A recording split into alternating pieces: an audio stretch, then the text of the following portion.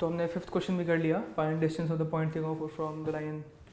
ठीक है, अब हमें निकालना distance between the lines 3x + 4y equal to beta. मतलब सिक्स क्वेश्चन जो है थोड़ा सा अजीब लिखा है मैंने, थोड़ा ऐसा लिखा है कि ये आसान नहीं लगेगा देखने में, लेकिन काफ़ी आसान है एक्चुअली।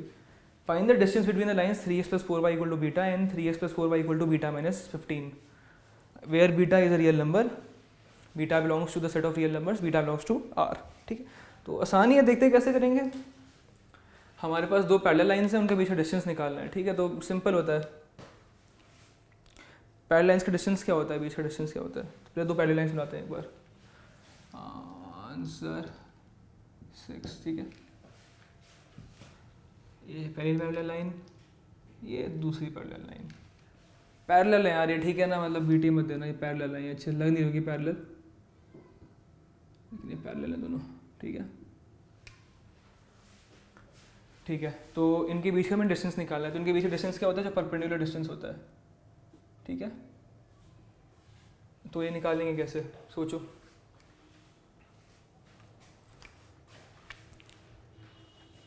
इसका सीधे सीधे फॉर्मूला होता है एक, perpendicular for two lines where lines are a1 x + b1 y equal to c1 and a1 x + b1 y equal to c2, perpendicular distance is equal to mod c2 minus c1 upon root a square plus b square।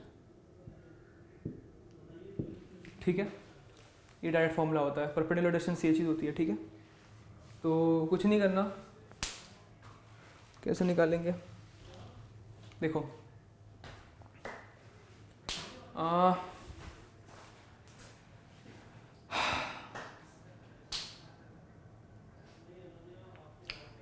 इसमें a1 की value क्या है? इसमें line सी question है 3x + 4y equal to beta,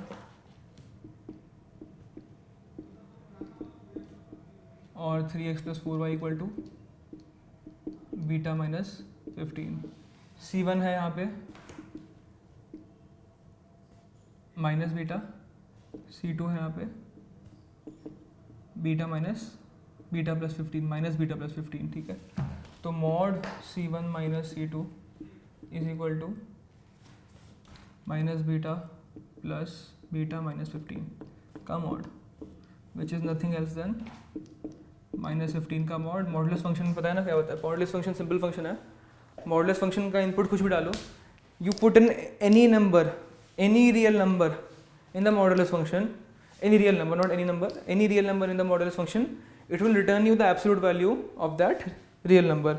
What we mean by absolute value is the positive value of the number. For example, the absolute value of -1 is 1. अगर number negative है तो उसको positive -1 से multiply कर देगा। ठीक है, अगर नंबर x है जो कि x नेगेटिव नंबर है तो उसको -x रिटर्न करेगा, और अगर x पॉजिटिव है तो x रिटर्न करेगा। तो आप इनपुट कुछ भी डालोगे, आउटपुट पॉजिटिव आएगा। अगर इनपुट पॉजिटिव है तो आंसर सेम नंबर है, अगर इनपुट 0 है तो आंसर 0 है, अगर इनपुट नेगेटिव है तो आउटपुट उसका पॉजिटिव है, विच इज़ -x का आउटपुट, x का आउटपुट क्या होगा? -x होगा अगर x नेगेटिव है तो। ठीक है, तो c2 और c1 की वैल्यू आ गई -15 का mod, which is equal to nothing but 15।